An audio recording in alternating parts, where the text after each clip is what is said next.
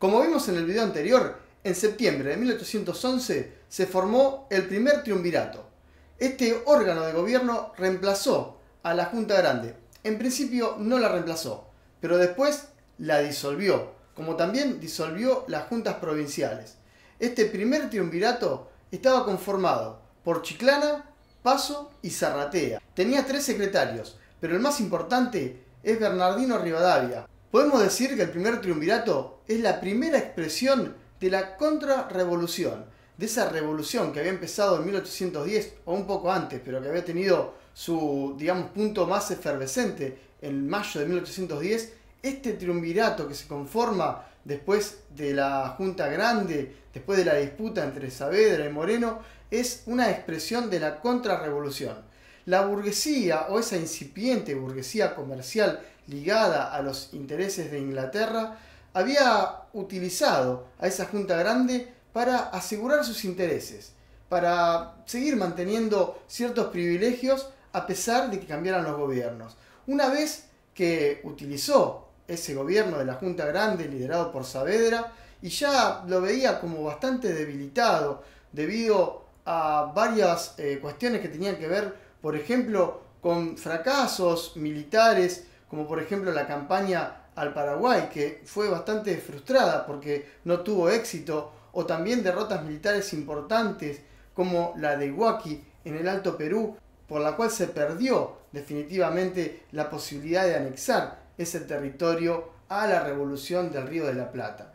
Todo esto llevó a un debilitamiento de ese gobierno, y por eso esta burguesía impulsó la posibilidad de la conformación de este primer triunvirato. Decimos entonces que es una expresión de la contrarrevolución o de la antirrevolución, porque Rivadavia, el secretario, que es quien va a comandar toda la política de este gobierno, se somete a los intereses de Inglaterra, que obviamente son comerciales. Se empieza a ver un centralismo porteño, es decir, Buenos Aires intenta centralizar todo el poder, disuelve las juntas provinciales, todo el poder tenía que quedar en manos de la ciudad de Buenos Aires. Otra de las cuestiones políticas que tienen que ver con el primer triunvirato es que también se implementa una política que es anti-hispanoamericana, es decir, únicamente centrada en los intereses del Río de la Plata. Buenos Aires y el Río de la Plata como centro absoluto de la política del triunvirato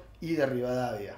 Una cuestión importante de este momento es que a pedido de Belgrano se autoriza la creación de la escarapela, un símbolo nacional que tenemos hasta nuestros días y que en ese momento era muy importante para identificarse en batalla. Recordemos que tanto los ejércitos patriotas como los ejércitos realistas se identificaban con la misma bandera, la bandera española. Hasta ese momento no había todavía una bandera nacional.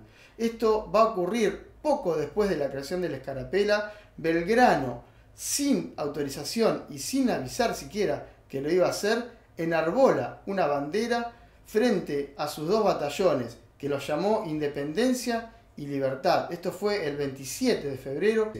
Inmediatamente le avisa al triunvirato que había enarbolado la bandera, a lo cual Rivadavia le responde que inmediatamente guarde esa bandera y que no la muestre más, porque es un símbolo que todavía no se podía mostrar. Había que seguir utilizando la bandera de España. Belgrano no hace caso a esta orden o no recibe a tiempo la notificación y se va hacia el norte a sus campañas militares llevando con él la bandera. Una de las acciones políticas que es vista como una traición a la revolución, y por eso también podemos afirmar que este triunvirato es antirrevolucionario, es un pacto que el triunvirato realiza con los españoles, por el cual se compromete a retirar todas las tropas militares de la banda oriental, el actual Uruguay.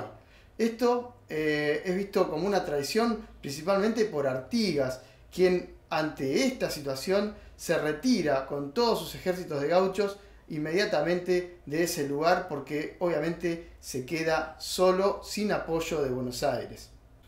En cuanto a las acciones militares, obviamente por este acuerdo que había hecho Rivadavia y el triunvirato con los españoles, se retiran todas las tropas de la banda oriental. También el triunvirato manda a replegar todas las tropas que estaban combatiendo contra los españoles. El triunvirato le quita el apoyo político y económico a Manuel Belgrano, que estaba combatiendo en el norte. Este tiene que retirarse de Jujuy y opta por dejar tierra arrasada, es decir, eliminar todo posible provisionamiento para las tropas realistas. Esto es conocido como el éxodo jujeño. Luego de esto, Belgrano triunfa en las batallas de Tucumán en 1812 y en la batalla de Salta en 1813. Importantísimos triunfos para contener el avance realista en esas provincias. En cuanto a las acciones económicas, el triunvirato implementa un liberalismo comercial total. Se eliminan todos los impuestos que tenían que pagar los productos extranjeros para el ingreso al Río de la Plata y al territorio del ex virreinato. Esto obviamente va en desmedro de todas las economías regionales que existían en esos lugares por esos momentos. Y también se permite la navegación de extranjeros de todos los ríos, por ejemplo el Río de la Plata, el río Paraná. Todos estos ríos son navegados ahora libremente por extranjeros que así pueden incorporar su mercadería en, obviamente, perjuicio de todos los comerciantes locales. Esto es muy mal visto entonces por los comerciantes locales, y el triunvirato esto es algo que le va a costar caro un poco después. El gobierno del triunvirato entonces va perdiendo poder, va perdiendo peso político y militar también.